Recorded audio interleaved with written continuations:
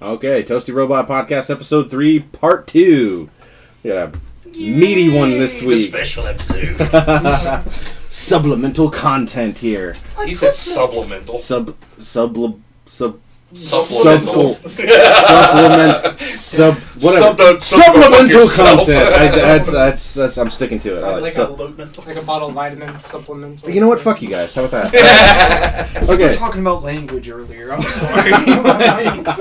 All right. So we wanted to touch on this video game Hall of Fame thing that they're doing now, which I think is a great idea because we're legitimate now. Yes, yeah, sure, right, yeah. There's no idea that only we've had about talking about our favorite games. Toasty Robot will that one day be inaugurated ourselves. Watch Tony.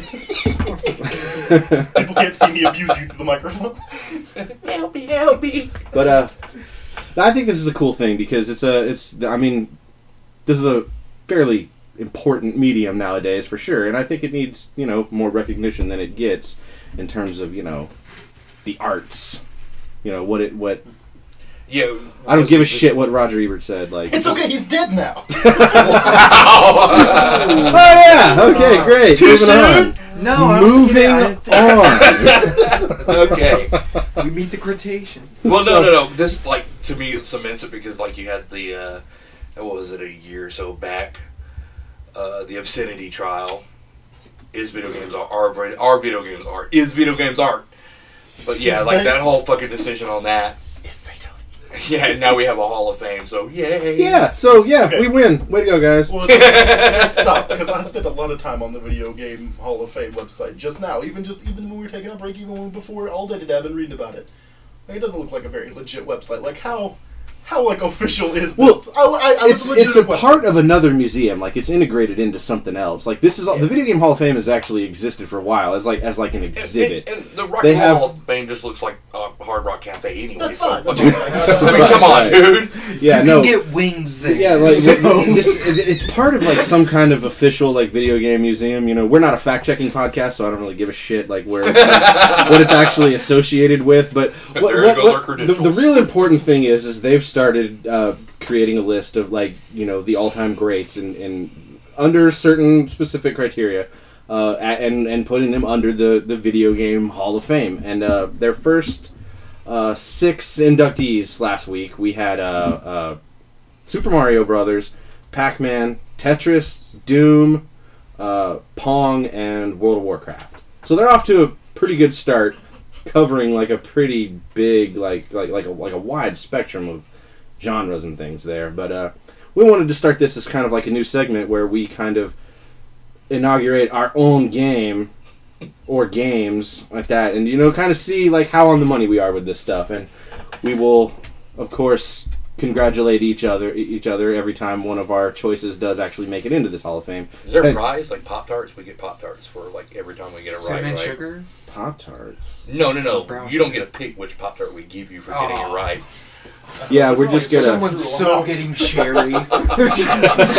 Yeah, we're just gonna blind bag it variety pack. You just reach in, you get what you get. But it'll be the off-brand. If they don't throw me some toaster strudels for this victory, I'm out. I'm fucking. They're not an art. I'm jumping ship. So, and I want an extra packet of frosting. We've actually we've built up a pretty extensive list of games that we think deserve a place in this Hall of Fame, and we're obviously not going to get to all of them today. I mean, that's not the intention here, but we're going to talk about as many as we can and see where that goes. But our first prediction for one, we unanimously agreed that Street Fighter II deserves its place among the greats. Completely agree. Lots of reasons too. I mean, so I probably have the most history with Street Fighter here, out of everybody, but I don't want to be the only one to talk about it. So I kind of want to know what you guys feeling is on it and why maybe it deserves, and then I can. Well, I think it stands more solid because what was the one before it, Fighting Street? Well, no. Seriously, why the sequel should get more props than the original because. Those games are night and day. So yeah, to be very specific here, Street Fighter II was not the first fighting game. I mean, it's got its lineage. You got Karate Champ and like Yi Are Kung Fu on the Nintendo and stuff. Which were like, you know, those were like one-on-one fighters, but you know, and then you got the original Street Fighter where only Ken and Ryu were the playable characters, but you know, you fought against, you know, other guys who did eventually become playable guys, which in is what, other Street which Fighter is kind of games. like the hallmark of Street Fighter. Like why Street Fighter 2 makes the cut. Street Fighter 2 had a character select screen, man. Yeah, like, where you could, you know, I get to play as the guy you beat in the last one. You had like it was 8 guys in the original Street Fighter, the 8 World Warriors. Yeah, Ken, Ryu, Dhalsim, Blanca, Chun-Li, Guile, Sagat, and no, not Sagat. Sagat was that's not right. playable. That's right. You couldn't play Sagat and Honda. Yeah, Honda. Yeah. It was Honda. Zangief.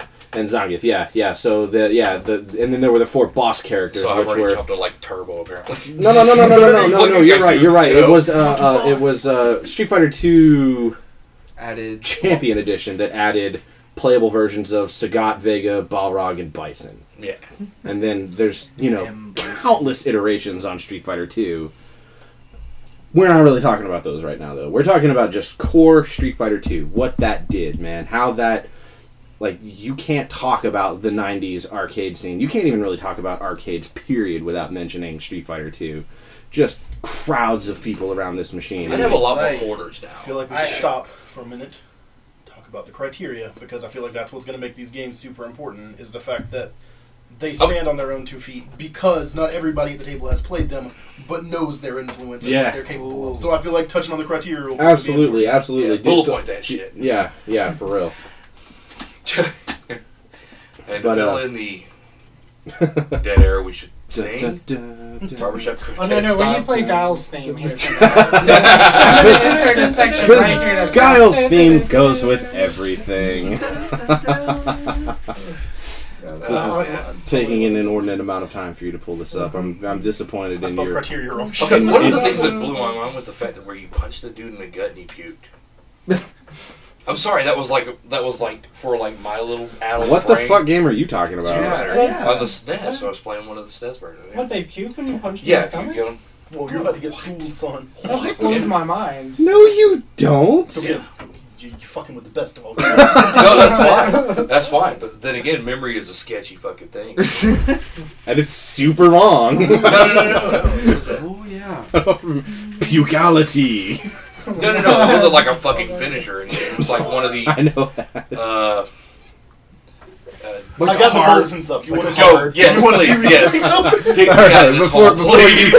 Further make an ass of yourself. No so ass go ahead and run down the bullet points for the criteria to be inducted into the Hall of Fame here, sir. Alright, it's based on 4 different things that a game has to meet. You have to have an icon status, which is the game being widely recognized and remembered. Okay. The longevity of a game, so it's cited as the game is more than a passing fad and has enjoyed popularity over a long period of time. They're making another one right now, so... Yeah. Geographical reach, which means the game has to be popular over multiple international borders at the same time. Totally, those Russians are all about some Zangief. And just cultural influence in general. Anything that pops up, if it regularly pops up in pop culture, if it regularly pops up in other video games, or just, it's very clearly the influence for games that came after it. I mean, they made Street Fighter jokes on Family Guy. I personally have... Like Shoryuken to Roach on the ceiling. So. But the criteria is important to touch on because it's going to show how a game can stand on its own 2 feet. Because I mean, you played Street Fighter with me. I button mashed so fucking hard we've almost lost controllers. Sure. Yeah. That's now the bottom, the cultural criteria that trumps all criteria, though, right? Yes, the hardest one to me. A game can be inducted into the Hall of Fame on cultural influence more so than the other 3. Like it can trump if it's just culturally popular in a huge way. Then it doesn't even have to be the other 3. It can just be that one. Then one day Deadly Moves could make it. Yeah. Anyway, let's go ahead with Tattoo Assassin. It almost seems like there should be like a number basis. Like, oh, this many people like this game, so it trumps... No. How in the hell would you calculate all that? Yeah, I feel like that's where the nomination actually comes in important, because I feel like it can be solely based on the amount of people that do nominate the same game. See, I want to like look into this like real hard. Like, how do they choose the nominations? Like, who's the voting? Like, who votes for this stuff? The Strong, which is the National Museum of Play. Okay. That was what you were talking about earlier. Yeah, right. Okay. Well, why the hell didn't you chime in then? Because I was really letting you have the floor here. But you're a showman. I'm just the chucklehead. That's cool. All right, great. Made me look like a jackass. Anyway, so I think obviously Street Fighter 2 totally meets all of those like in spades, man. Like, Yeah. everybody knows what Street Fighter 2 is specifically. I mean, everybody. Just the Street Fighter franchise. I understand you're going to attack it from a technical point of view. No, Whereas Street Fighter 2 came out, it revolutionized the gameplay. It made the gameplay the way it did for 3 Turbo Editions. Championship editions, Turbo Championship edition, Table on it, just 4.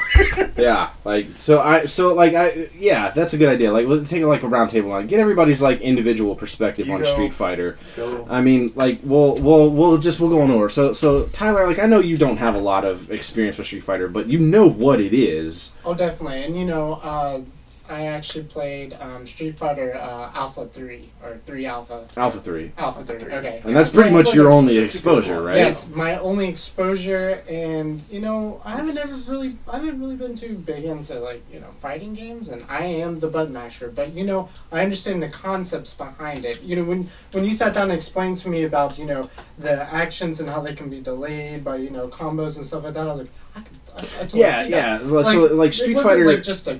It was a glitch, yeah, but that's what like Street Fighter like revolutionized the idea of like in a way like what's not happening is almost more important than what is happening. Yeah, I mean it felt. I'll be goddamn. I'll be damned. All right, so I stand corrected, ladies. Tony here just showed me a screenshot of Ryu vomiting from a hit. I never noticed that. Yeah. I guess I was just too busy kicking ass.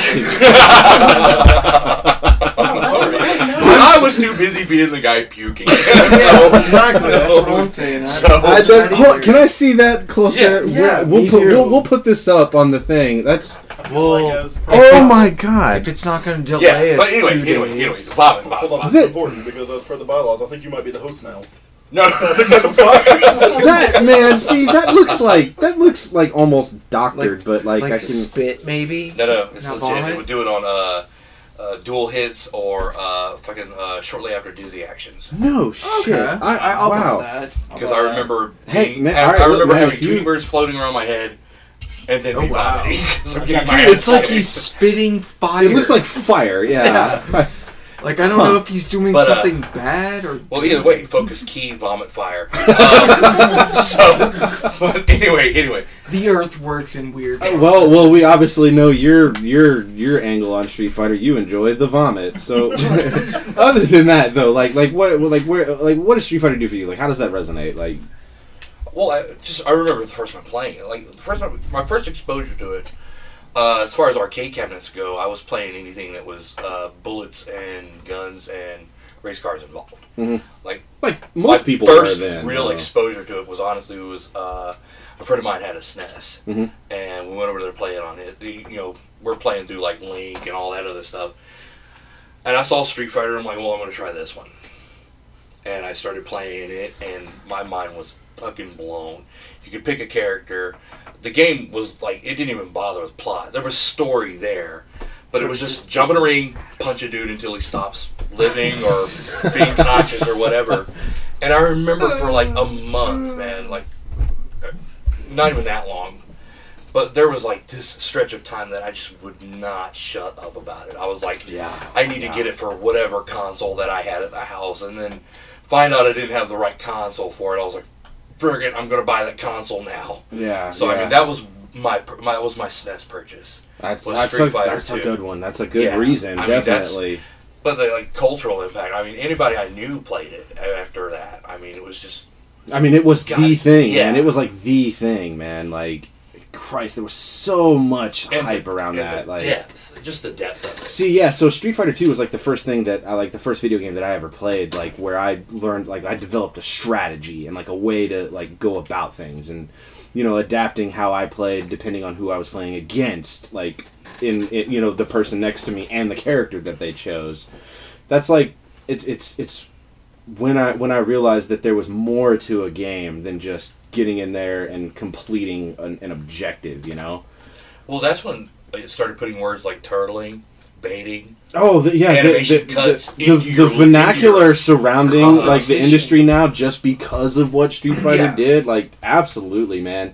Like, I remember the first time when I realized, just knowing how to do the moves, I mean, that's only half of the game there. It's knowing when to do the moves that is actually the more important thing. Right. And, man, that was a concept that was just completely beyond me. And, I was like, well, I can take on anybody because I know how to throw a fireball. And then I fought a guy who knew how to throw a fireball, but he was doing it way better than me. And I'm like, well, why are you winning? With follow-ups. Yeah, and he's just like, well, I know when to throw the fireball. And I'm like, well, fuck. Or my work here is far from over. This goes to, like, one of the Champion Editions, or Ultimates, I think, one of those. There's so many. When you play and you think you're, like, that much of the shit. Like, at the time I was playing, like, so much fucking Sagat. And this guy came in with Blanca, one of these, guys, and he was able to school me without turtling in any way. And they had such turtle-based moves. That's what was always, like, so fascinating. And it was, like, one of those things where you're just like, good job, sir. I'm impressed. Yeah, when every character, regardless of like how you perceived them, was viable in the right hands, that was really cool because I was good with like the Ken and Ryu guy. Like, I mean, I'm kind of like a jack of all trades, master of none when it comes to Street Fighter. Like, by now, like now, yes, I can play everybody. But then like the charge characters, guys like Blanca and Guile, like that didn't click with me. I couldn't do it. I didn't understand it. I started out with those guys. I started out playing those guys, and it actually took me practice and work to get into the down to Ford characters, the Ryus, the Kens, the Tiger Punch, and all that. Yeah, I actually had to like backtrack and relearn those to play them. Yeah, crazy. Like how. Yeah, so like I have like kind of a incriminating confession here. I actually played Mortal Kombat before Street Fighter, like a lot. Mortal Kombat to me was we're getting a mini controller with something. The more that was the game for me. And then when I finally like started to like take a look at Street Fighter and like what that was doing was around the time that I started getting like real into anime and things. So obviously Street Fighter 2 like resonated with my sensibilities far more at the time. So I remember I had the Champion Edition for the Genesis. Oh god. And I was lucky enough to be one of the people that had the 6-button controller for the Genesis. Okay. So you didn't have because originally on Street Fighter 2 on the Genesis you had to hit start to switch the face buttons between punch and kicks, and it was retarded. It was. Could you, just as a side note, could you imagine using Akuma? His the raging demon attack, with that controller. Yeah, so it's like punch, press start, then kick, and then press start again, and forward, and then hard kick. I'm actually going through like finger motions, light punch. It's forward hard punch. Yeah, it would have been I ridiculous. used that move so hard. Yeah, totally. But now, you'll never land that on me. I can see that coming a mile away now because most of the time it involves someone in a corner like whiffing punches in the air. I know what you're trying to do. I know what you're trying to do. Not today, sir. Not today.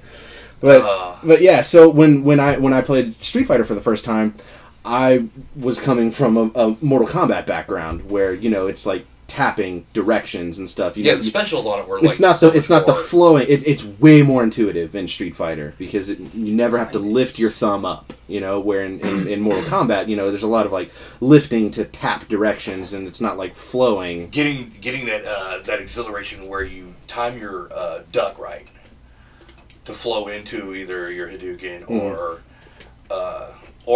my favorite one was the pulling out the Shoryuken.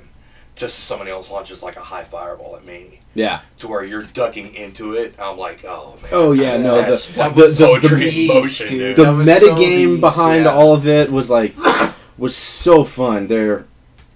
Bless you. God bless you. There are. I like playing against skilled people at Street Fighter because I have an easier time reading them. Because I understand what's going on in the back. When I go against a button masher, then it kind of sucks because we've always said if you don't know what you're doing, then I don't know what you're doing. Because that's where we added another word to our lexicon, and that's fucking cheesing. Oh my god. Dude. Right. Like, how many times you've been like, okay, I got this, and you guys, you could just be headbutting the buttons. It's just like, I lost to this guy. Why?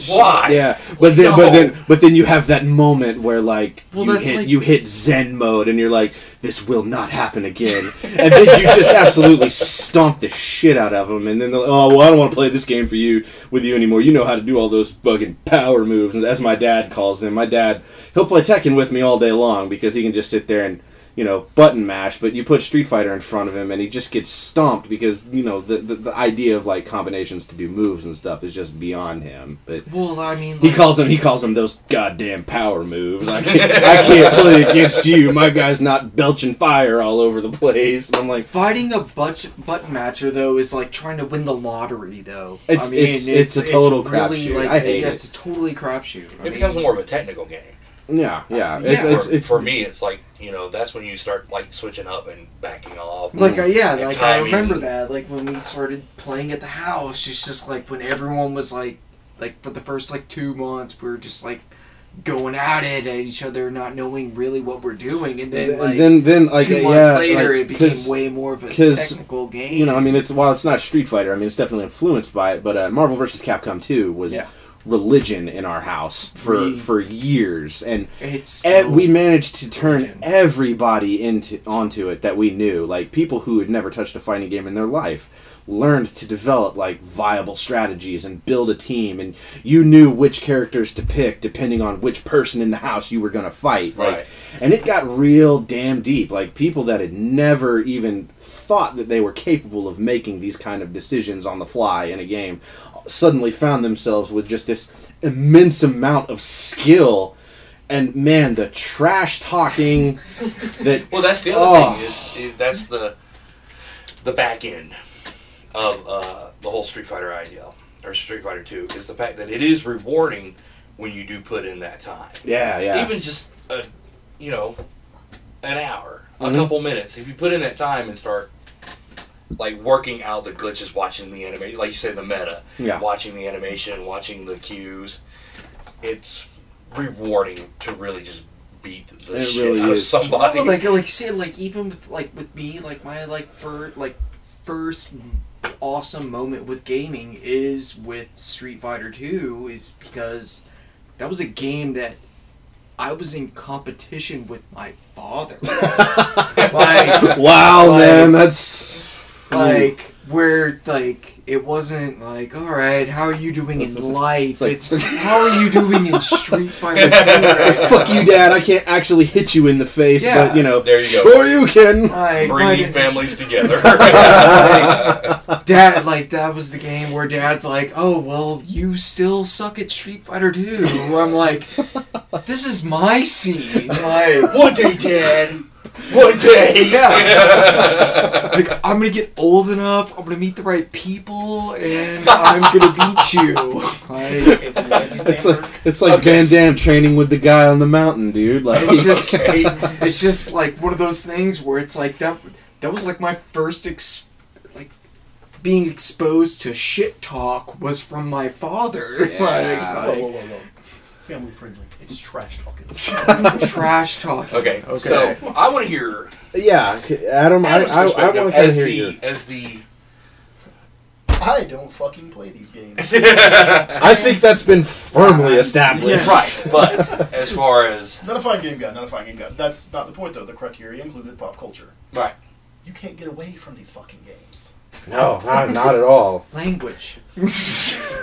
My bad. You can't leave these fucking.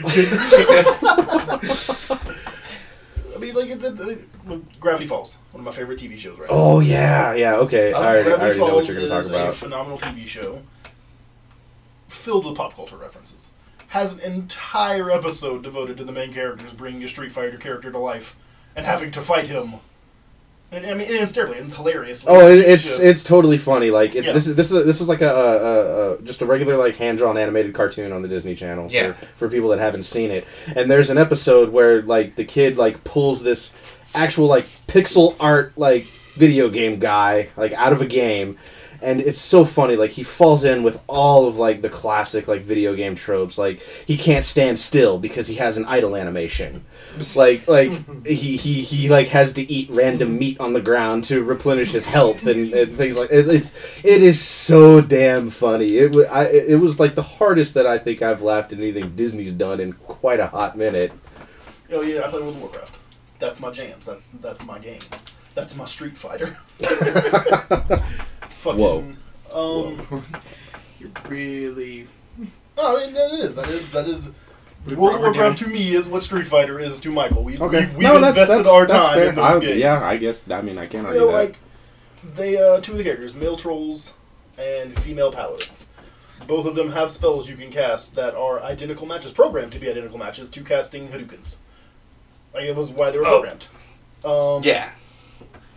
Or they have... It's just the way that it's, like, worked itself in it. I mean, it's like I said earlier, like there's been, like, Street Fighter jokes in, like, Family Guy and stuff. Like, I mean, like, Wreck-It Ralph, another Disney thing, came out probably about 2 years ago. Well, the game was an entire just reference to other video games. I mean, it was a video game heavily influenced movie, but I mean, I think it had an actual, like, it had a Street Fighter cabinet. I think it was Street Fighter 2. Yeah, it was. Like, it had the actual, Ryu and Ken in it. Like, that game was filled with it had like Zangief and Bison were in, like, the Alcoholics Anonymous scene. Or the guys who do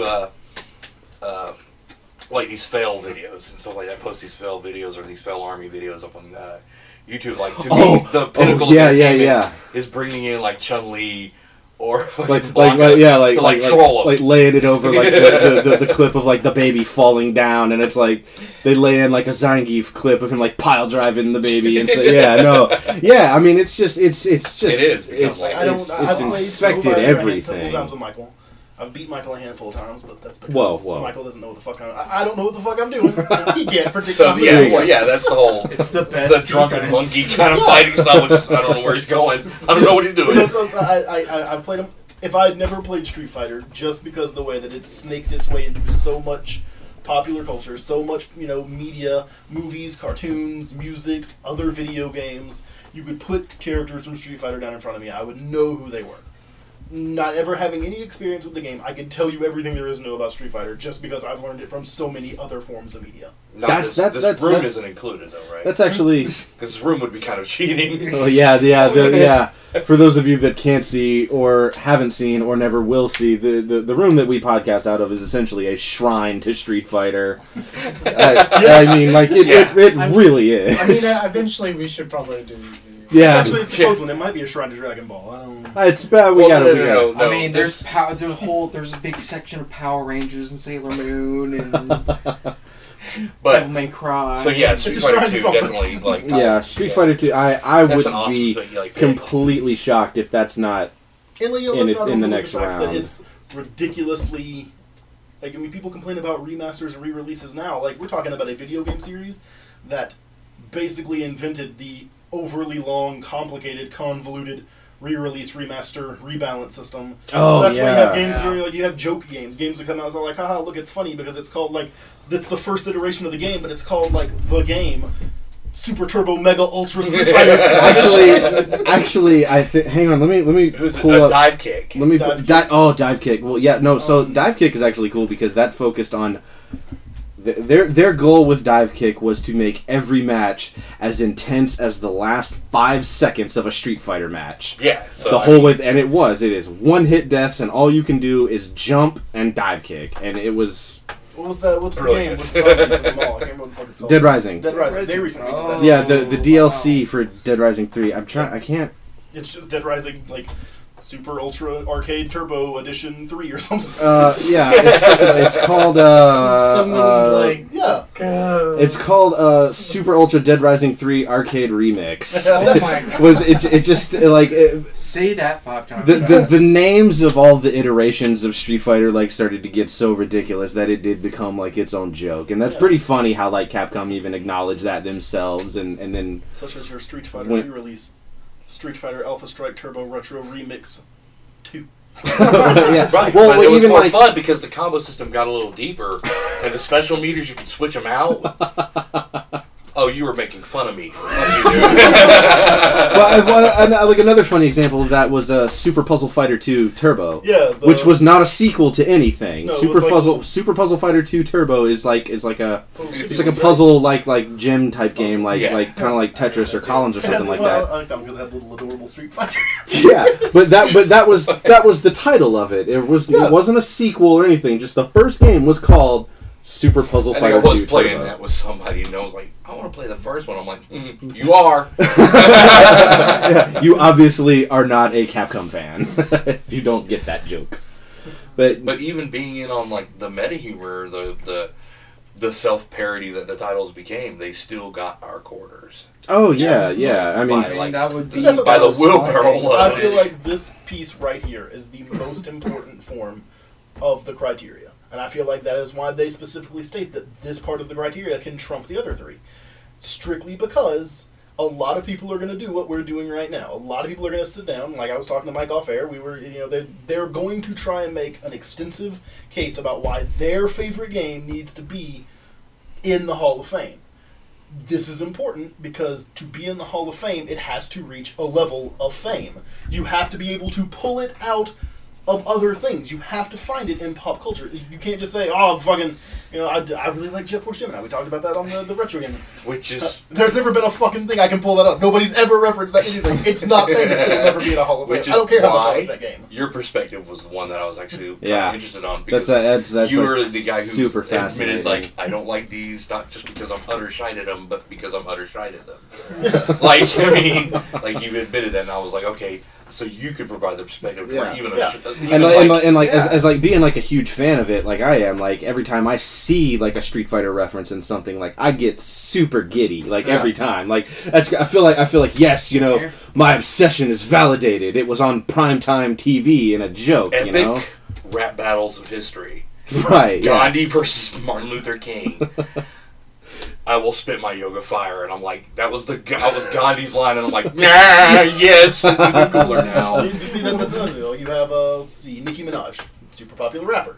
You have, the Wu-Tang Clan. You have, Drake. You have, I want to say even Kanye West. Like, these are, like, people that are on top of the fucking rap game right now. These are, like, world's most famous artists right now. Every one of them have recently released songs, all of which include multiple Street Fighter references in the music. Like, damn. Like, one of like the most popular things that they say in like every one of them I think has used some kind of Hadouken joke in one of their raps. Yeah. Like every one of them. Wow, I had no idea, and I'll continue to turn a blind eye to that.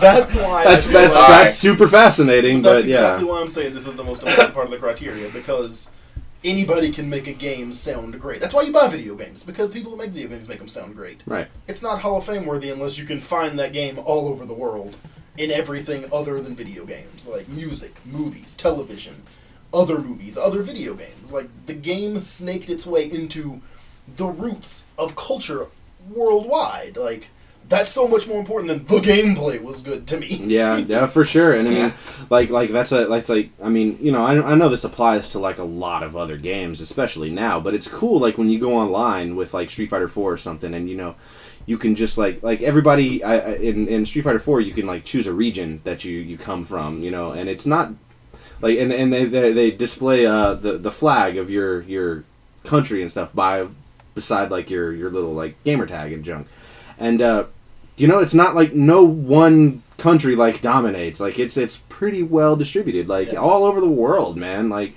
I mean, but that's like really the core idea of Street Fighter. It was called Street Fighter 2. The World Warriors was the original. Like, there it is. There's your money shot. Yeah, I mean, it's just that was like my whole thing about the whole, like, my opinion on why the game, I think it's awesome, is just because it brought a competition value to so many people. I mean, like, honestly, exclusively to me personally, is if I could make my parents like video games, I got more video games. Yeah. Well, yeah, I mean, it really, when I came up to my parents and was like, oh, I need this new Street Fighter game, my dad's like,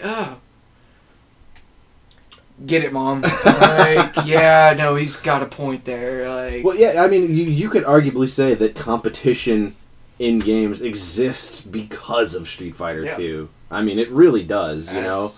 Multiplayer is a thing because of just what that game did, you know? I mean, everything up until that point was very much, like, focused on just single player. You know, Street Fighter 2 wasn't even really concerned with, like, munching your quarters that much. If you did well, if you beat the guy, you got to keep playing for free.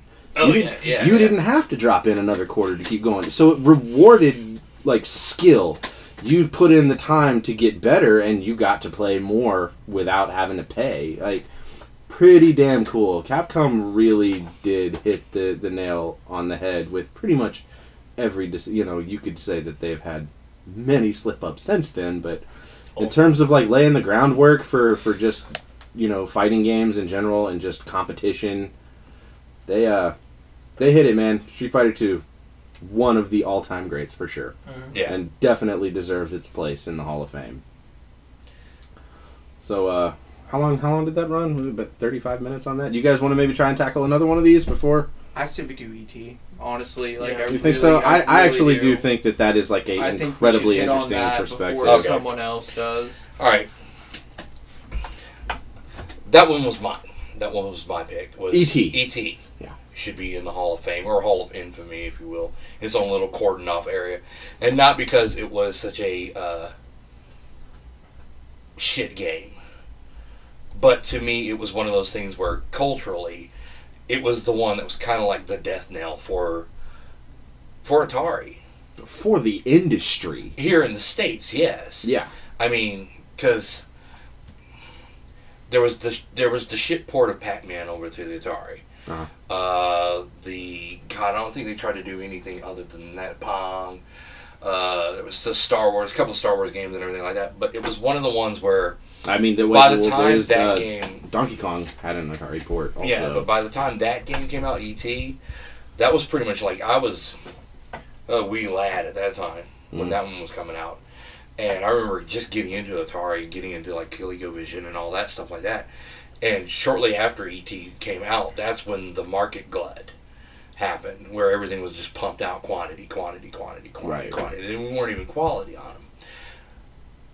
And the fact that they made so many copies of that game, because they were like, this is going to sell, and then somebody played it. And like, I mean, it did too. So, it sold incredibly well. Also, I mean, yeah, but it was the one that was, to me, it doesn't really represent the game that brought down the market. It's not that game. It was a lot of factors that played. Right, yeah, a lot of things contributed. That was the one where it's like, okay, this coffin's sealed up. You want to put one more nail in, or yeah. I mean, that's the one that kind of dropped it.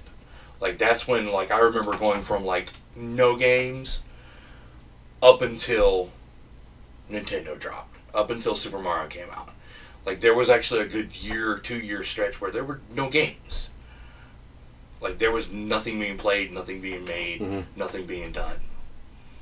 Yeah. And like I said, E.T. was the one, like, I think it actually deserves, like, its own little...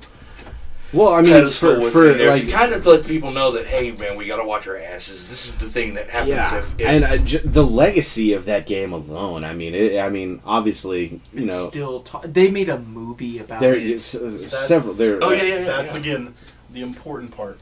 Is that while it did dramatically alter the industry of video games, it almost caused a full American collapse of video games, it was still made all the more important because of pop culture. It became in and of itself an urban legend. I will not say an enigma, a mystery. Killed the gaming industry by any means, but I don't know. I probably really would have. It bankrupted like everything. Yeah. Like, you don't understand. Like, I mean, like I said, by that time, 83, 84, and the movie came out, what, 81, 82?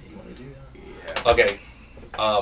They started hammering out that game en masse, dude. They were working off of the bankability of the Spielberg film. Yeah, the movie was already out when they started working on the game. Have you had a chance to play E.T.? I totally have. I know you have, Mike. Yeah. I'd like to give it a try. There is too. I've seen like as much as I could. If you look at it as just a game, it's what?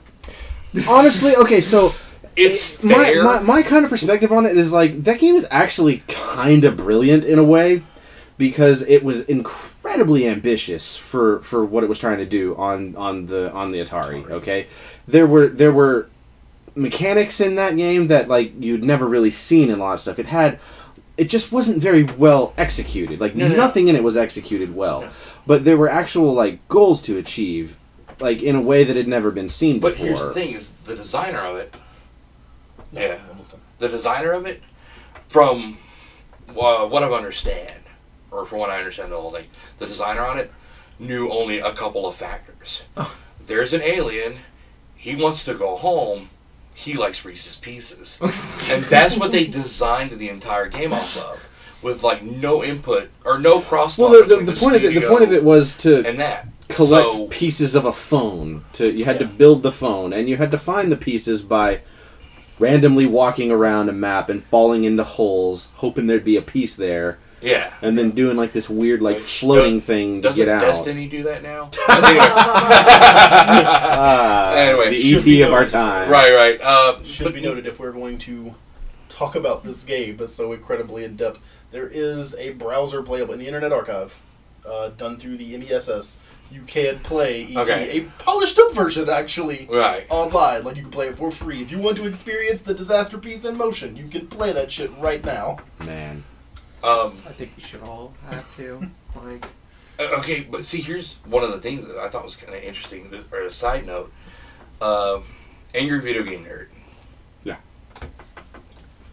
One of the first guys, the first reviewers, actually kind of came out defending it. I've heard several defenses of it, and that's why. Like I said, as far as a merit of the game, for the technology at the time, it's a game. It exists. It's workable. It's a hard game. There are plenty of games of that era that are just as bad, if not worse, than E.T. Now, it is cited as one of... Not cited, I mean, look, it's realistically one of the earliest, if not the first profound movie tie-in video game. Right. That's why it reached the levels of like critical hatred that it did. So right off the bat, it has its own legacy. It is the start of a subpar genre of video games. It is ground zero for terrible movie tie-in video games, i.e. Green Lantern. Shut up, you know. Or, yes. At least I understood what was happening in Green Lantern. Yes, but that's what I'm saying is... I mean, you're just never gonna fucking let me live that one down. But like, I defended. I enjoyed the time. I will not say anything bad about the game. I'm saying though that E.T. was the birth of that subgenre of games, movie tie-in video games that were basically shit. Therein lies its legacy. It created a genre, not a great one. Again, small. It accidentally created. I mean, there were movie games before, because I'm pretty sure there were like Star Wars games. There was an Indiana Jones game. I want to say there was. Probably like a Jaws game, maybe. Yes, I played Jaws on NES. I remember. Well, we're specifically talking about Atari here. Oh, okay. But, see, that's what the point I was trying to make with Nate is, like, it really did. Like, if Nintendo hadn't said, "Fuck it, let's roll the dice, let's go to America," who knows where the state of video games would be right now, as far as we know them. Well, so the best move on Nintendo's part, where Atari didn't have it, was they limited the amount of releases that a company could do in like a quarter. So that just meant that you weren't constantly like flooding the market with crap game after crap game. Which is what hurt them. They put that Nintendo seal of quality on the boxes, which obviously doesn't mean shit because there's plenty of terrible games on the system. Bill and Ted. But another movie tie-in. Yeah, I mean everything by LJN, which includes Bill and Ted. But like what they did though, and it was pretty kind of fascinating how like companies got around it too, was so they would limited the amount of releases that a company could do in like a year, which resulted in companies opening up like second branches and releasing games under a different company name. That's why you see things like Ultra and Konami. Like Ultra with Konami. Like Ultra Games was Konami's like sort of like shell company and their way to get around that. And so like some of their best known games like Metal Gear and like the Ninja Turtle games and things are released under. Call it their best. Yeah. Well, not the first one. The second one though, definitely the arcade game came to the NES. That game's rad. Well, then it was, you know. But that, though, like Ninja Turtles, like Metal Gear, like games that were gonna sell like crazy and did, had the Ultra Games logo on them, and that was their way of getting around it. And that's all because, you know, they had to take these measures because of the rules that Nintendo put down to avoid what happened with Atari. And you know, and it worked too. It absolutely did work. Well, you could argue, like, being a PC gamer and having one next to me, you could argue that yes, video games would have survived because you still had like DOS versions of shit. Yeah. But look at the availability of a fucking computer at that time. Oh yeah. Compared to like the cost of like a 2600. Yeah. Or what Nintendo came out for at market.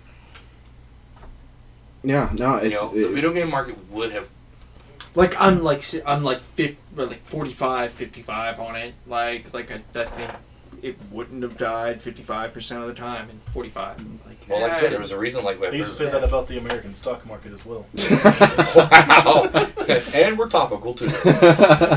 Look, ET becomes in itself what it needs because of everything it did wrong. Pop culture, yes. It was a standard of subpar quality. It was an innovator in making things that are bad. It's one of the worst games. Studios still don't communicate with each other. No, well, what about the graphical, like... But that's what I'm saying, is the game itself worldwide deserves its honor like crap because of what it is. But again... Everyone knows it's crap. I stand by the fact that its popularity... Yes. Right there, by that one rule, it stands alone. I mean, there have been... and people still talk about it. God, I've heard, like, British podcasts. I've heard, like, Australian video commentaries and stuff like that. Any English speaking. Based by that one thing, it's already got that whole, like, E.T. still has that infamy. Yeah. It is the perfect example of what not to do. And we absolutely need that. You need something to look at to say, well, let's do everything different from what this did. And I mean, that leads to innovation, like, straight up. Or at least to the ideal of just having it there kind of as a reminder of going, okay, this is what we need to avoid. Mm-hmm. You know, if nothing else, this one cartridge represents everything that went, like, ape shit with video games. See, it's real fast. It seems like that for a time the industry, like, kind of learned its lesson, but then you can still see examples of, like, nobody following through on that, on those ideals laid forth by what this game did wrong. Because, like, when, like, in the late 90s, like, early aughts, when E.T. got its, like, special edition, like, re-release, like, most people don't remember there was a whole second media blitz for this, including a whole new slew of, like, E.T. tie-in video games. There was, and just as fucking bad. Like, probably... It's weird to me that no one ever brings up, you know, the PlayStation 1 E.T. game or the Game Boy Advance E.T. game, which are fucking garbage because again. They didn't make like a gajillion copies that they had to bury in the right? No, you're right. There it is. Yes, that is right. Why that game deserves its spot. You're right. Because that game would not have stood the test of time if it did not become the urban legend it was. A game that, you know, at the time, gaming was not the zeitgeist. Nerd culture was not the cool thing to be. When enough people started a rumor, a legend, an event, and grounded in reality, that a game was so bad that they were just like, we have to bury it. We're gonna bury it next to the Bart Simpson dolls. We have like and a real world Indiana Jones fucking, you know, archive, you know, fucking warehouse. Like, we have to hide it from the world.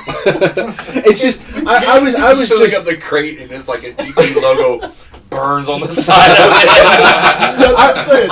I was just pointing out the PlayStation 1 ET game just because I think it's funny that it happened again. Yeah. Like, well, yeah. It's like that character. Because they have, like you said, they have that kind of like regulation now, where it's like, okay, let's only print up like you say that, but then look at the Wii, where it was a day-to-day dump of just garbage shovelware on that system. And this is the company that devised the whole plan of limiting releases. That was the worst time to work at GameStop. Man, I tell you, dude, like you know how many copies of like, I mean, not to say it's a bad game, but like Wii Sports I took in just because it was just there were so many. Well, because everybody had one. know. That's what I'm saying. April 26, 2014. That game came out in April 1982. Okay. That was when the E.T. Atari game came out. Was 1982, summer 1982 was when that game came out. No. The game came out for holiday 1982. The movie came out that summer. It okay? came out in June. And the plan was we have to get a game out for holiday. Because I know E.T. To bank off of like Yeah. this huge juggernaut. Okay, The guy made the game in less than a month, man. So he made like so it came out after the movie. Yeah, it did not release synonymous with after the movie. But it was The still- game it was still the game was released to tie in with like the home video Well, release. like one of the jokes I saw about it was like apparently like the only exposure he had to it was the poster. Because he knew that E.T. had to phone home. I mean, like, that was it. So you have the game. It's It's, out. It's yeah, awful. it's like a you watched the travesty. trailer. Yeah, it's a travesty. It's a nightmare. It's a joke. Again, as we've discussed, it became the standard for subpar movie tie-in video games. This is the how-to of what not to do if you don't want to have to bury another game in the goddamn desert. That game would have just been a funny joke on the timeline of video games as another just bad game. What made that game stand the test of time, its longevity, was the urban legend. So far that just over a year ago now, people from Microsoft spearheaded. They took excavation trucks. Yeah. They financed the whole excavation, took it to New Mexico, to the middle of the desert, and they dug it up. They found like 13,000 Yes, pieces of I mean gaming hardware. they found them. Like they Yeah. found the Like they proved it the was. urban legend true. Like that game was so bad they took it to the desert and buried it. But Because they had so many keep in mind though, like copies of E.T. wasn't the only thing that they found there No, either. You know, no. obviously like warehouses were dumping there because it did. I mean, the industry fucking crashed, man. Yeah. So like everything because that they had so much stock that they just needed. it just or needed just- to I mean, go. yes, the excavation site wasn't like a 1 mile in diameter, 80,000 cartridge ET burial site. No. But from what I understand, what they pumped out, That's fair. it could It is have a lot. been. But you, I no, mean, you're it totally could right have about been. like the urban legend thing because in the geek circles, man, like That was- the ET landfill was just as much of a mystery as like Area 51. It was you so- know it was looked at. More important, actually, in certain geek circles. Yeah, it was looked at with More like that plausible. level of greatness, and that's Somebody really paid fascinating. multiple, not just somebody. It was such an important moment that we found the ET burial site that people were paying up to $40,000 just to have pieces of crushed ET cartridge. Oh yeah, they Yeah. put them all up. But all the proceeds went to like charities and That's stuff fine. for But selling people them were and stuff. paying that money. Yeah, oh, yeah. Well, I mean, it's a piece of history, man. Like it's And it's that's why the game deserves its Yeah. spot. While not a good Absolutely. game. Like, absolutely. That's the thing, though. Like, I wonder if they'll get like this deep with their decision making and inducting games into this Hall of Fame, and actually like look at like these like cornerstone like kind of bad games that were like laid out as examples of how not to do something that are every bit as important as the good games. You know, you can't have a good game without a bad game to like show why your game is good. Don't they give like music awards to bad people who made music? Well, and that's stuff like that's that? all I mean, opinionated. I mean, it's Yeah, we're talking about like It's like this is pretty- like one of those like opinionated, yes, but still, like, I mean, more people get on the bandwagon of like, Let's oh not yeah, forget. this music is crap because it's crap. You We're know, talking it about just. the ET is I don't know. Again, Along the we've same said it lines. 100 times. ET was the standard for subpar movie tie-ins. It took them 33 years. But Michael got to wake up this morning to somebody telling him they were finally going to make a good video game-based movie. you know, man. It's look. 33 years Somebody after got ET. it right. 33 years after Yeah. ET, Yeah, somebody's like I going to said, make a that's why I good video think- game movie. That's why I threw that one out there. That's why I put that one up. 'Cause I But was they like, don't hey, pay this full still circle. this still. Should we try to find more bad games that might? No, we should No, not. no, no, it's we not should a not ma- it's not a actively matter- look for the positive and negative things. I mean, but if not you're like going to make a every- video game Hall of Fame, if you're going to make You the need to criteria so acknowledge what exclusive happened. and specific, you can't ignore I mean, like the bad if Too it's Human. just as culturally relevant. you got you sort of like so you know there's plenty of great games that deserve to be here, but like you know bad things deserve their recognition too. We can call E.T. the Milli Vanilli I don't Oh, think we should well, call yeah, it yeah, they're going, recognition. wasn't there We like should just a call Hall of Fame out there somewhere that has like the jumpsuit that fucking Elvis died in? Yeah. I mean, it's one of those things where it's like it needs to be acknowledged. But that's what you were saying about the Rock and Roll Hall of Fame. Because they focus, like, I mean, look, do I like a lot of the music in the Hall of Fame? Sure. A lot of it. I mean, it's incredibly important music throughout the history of music. It's all culturally relevant. It's all incredibly well written. But nowadays they're scraping the bottom of the barrel. It's because I don't feel like, and there's a lot of Hall of Fames, not just like the Rock and Roll Hall of Fame. A lot of different Hall of Fames, they don't go with this in depth. They don't try and weigh their good with their bad. They just like pick an album or pick a band. There's like they released some good music. Let them in here. Like whatever. Right. Woohoo. Right. Like. And that's like We're getting close to that soon. But that's what I'm saying. Like that's what like this is the first time. I mean, if everybody's gonna make a huge deal out of this Hall of Fame, this the strong Museum of Play Video Game Hall of Fame. If it's going to be a huge deal, if people want people to respect video games as an art form and not just a form of entertainment that keeps the kids mindlessly in front of the television while mommy and daddy go off and do whatever the hell they want to do, then there has to be a more important criteria. They can't just pick a game that's pretty good. Let's throw it in there. Yeah, AFI acknowledges Ed Wood. I mean, they do. Like, seriously, they do. That would be the American Film Institute. That's like, Ed Wood made some movies, and they're on film. You know what, though? But you need that contrast, though. You need the thing to show, this is how not to do it. It's just as important as showing how, to do something. E.T. was not a good game. There's nobody that's going to argue with that. There's probably somebody that will argue that. I don't know. I don't know. We're not friends with E.T. I don't know. There's nobody that's going to argue with me about that fact. It was not a good game. Oh, yeah. But to sit here and try and defend the fact that it did not have an incredibly important landmark moment on the timeline of the history of video games is ridiculous. It absolutely is. No, you're right. So completely. Long story short, that game totally deserves its place. Yeah. And I do believe we're going to put a bow on this one. So, on that note, I think we're going to call it. Be sure and follow us on Twitter, Toasty_robot. Send us email questions, please. We're really trying to get that going. ToastyRobot404@gmail.com.